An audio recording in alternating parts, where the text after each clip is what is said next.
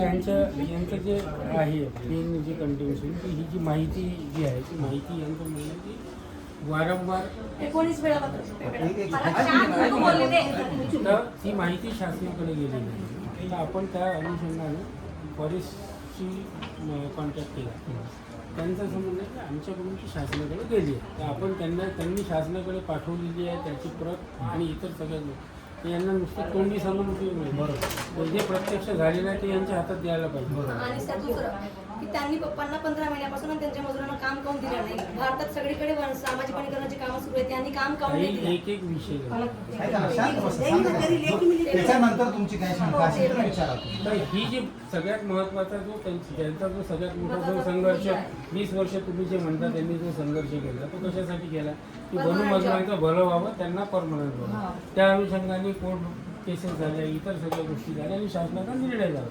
त्या निर्णयाच्या अनुषंगाने जी बेसिक प्राथमिक माहिती जी शासनाकडे जायला पाहिजे, ज्याच्या आधारावर शासन हे केवळ फक्त यवतमाळ जिल्ह्यापुरतं नाही, हे पूर्ण महाराष्ट्रासाठी आहे.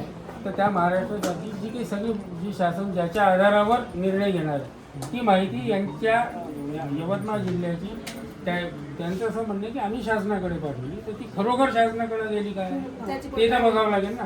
ते बघण्यासाठी त्याची जी कॉपी जी शासनाकडे गेली आहे त्याची प्रत मी मागितलेली आहे. पप्पांचं नाव आहे की नाही, कारण आरएफओ बोललेला की तुझं नावच हो, काढून सगळ्या गोष्टी आमच्या अध्यक्षांना बोलता का त्यांना बघा. मी मुली मला काय माहित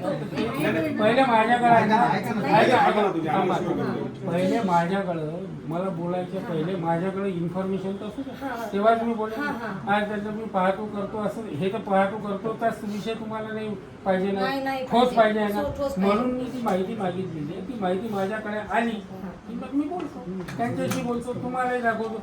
आता कसं बाब दाखवून आहे तर साध्य करतो. हे खरोखर तुम्ही गेली आहे म्हणता आहे का, यांचं नाव त्याच्यात आहे का, या सगळ्या गोष्टी मी तुम्हाला दाखवतो. त्या असल्या तर तुम्हाला दिसतील, नसल्या तर तुम्ही जे म्हणताय ते बरोबर असतं. बरोबर. दुसरी माझं भाऊ नाही आहे, इतकं गरीब मेस चालवते तिने, 2-4 मुलांना खाऊ घालते, काहीच नाही. म्हणजे आता काय कमवणार. आम्ही दोघी लग्न झालेले, हे पण प्रायव्हेटमध्ये जॉब करतात सगळे नवरे आमचे, आणि सगळे म्हणजे असं आज आणून खायचं खायचं या प्रकारला. तिला मुआवजा आणि पप्पांची डिमांड आहे की एका मुलीला, पात्र मुलीला गव्हर्नमेंट सर्व्हिस. तर या डिमांड कोणाकडे तुम्ही करू शकता, कारण आम्ही हातभार लावून मी तुमच्याकडे मागते. त्या मागण्यांचं जे निवेदन आहे ते पॉझिटिव्ह त्याचा विचार व्हावा या अनुषंगाने जिल्हाधिकारी महोदयांच्या स्वाक्षरीने आम्ही पाठवतो.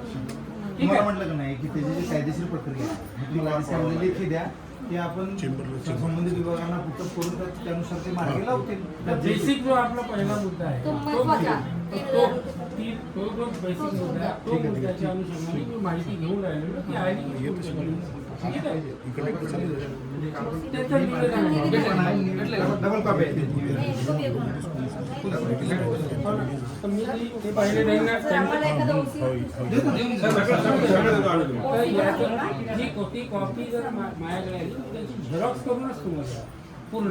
आणि ह्याच्याही पुढे त्याच्यानंतर तुम्हाला कुठं कॉपरेशन माझ्याकडे आम्ही तुम्हाला सहज नॉर्मल विचारायला गेले शहर पोलीस ठाण्यामध्ये की एका माणसानं जीव दिला, विष घेतलं, तर त्यांचा सुसाईड नोट तुमच्याकडे आहे, त्याची प्रत मिळेल का. वास्तविक माझ्याकडे सॉफ्ट कॉपी पप्पांच्या मुलीमध्ये मला भेटलेली. त्यांच्याकडे गेले तर ते म्हणते की नाही म्हणे, ते तुम्हाला आम्ही देऊ शकत. इथपासून सुरुवात आहे. तुम्हाला दाखवून दिला आम्ही काय ठीक आहे. तर मी ते माहिती घेतली की मी ऐकून मग तुमच्याशी बोलतो. ठीक आहे. आपण